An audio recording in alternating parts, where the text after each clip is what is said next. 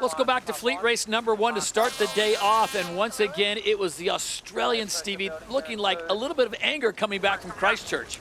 Yeah, a bit of anger, probably had a little bit of a time to think and reflect, and, you know, he just got off the start line very, very well today. It was a kind of day where mistakes were going to be punished out there, and there was no mistakes from Australia here. Stayed on the foils and stayed fast, and of course staying fast, so important there. Phil Robertson, he said this is what he calls the Craig Mitchell. Go round the outside, keep some space. Happen to think Craig wasn't wrong in a lot of his decisions, but here he did a great job, Phil, and the Canadians were a pretty good boat out there today.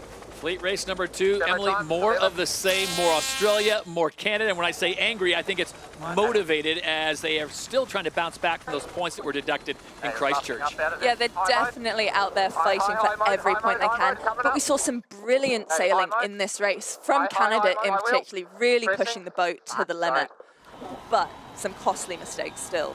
So Australia, Canada go 1 and 2 in race number 2, and then it was all on race number 3. And cue the Spanish Stevie, they were in fuego.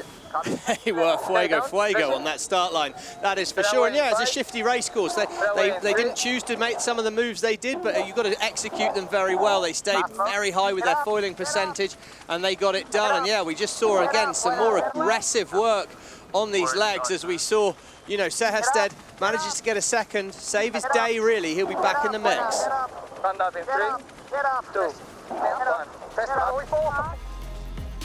Here's how the scoring looks. Australia really dominant on the day, getting 2 wins and a third. They are on 28 points. Canada sits in second on 23. Rockwell, Denmark, even with New Zealand on 22. And Spain still in the mix.